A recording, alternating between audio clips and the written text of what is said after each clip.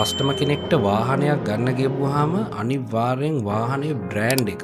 එතකොට විකුණන්නේ කවුද? මේ දේවල් ගැන අනිවාර්යෙන් සර්ච් කරලා ඕනේ වාහනයක් ගන්න.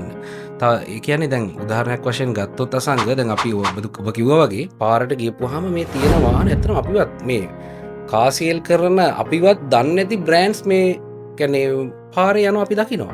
එතකොට ලොකුම ප්‍රශ්නයක් තමයි මේ වාහන අරන් පදිනකට වඩා වාහනයක් පාරේ යනවා කියන්නේ අනිවාර්යෙන් අනතුරක් වීමේ සම්භාවිතාව 100%යි මං කියන්නේ. මේ වගේ රටක අපි වගේ රටක. එතකොට ඒ වාහනේ පාර්ට්ස් තියෙනවත්.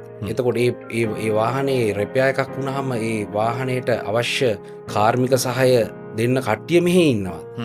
ඒ දේවල් ගැන අනිවාර්යෙන් අපි සැලකිලිමත් වෙනවා. මොකද ගොඩක් තැන්වලදී අපි දකිනවා ඒ වගේ අලුත් බ්‍රෑන්ඩ් නිව් වාහන වලට දෙනවා වොරන්ටිස්.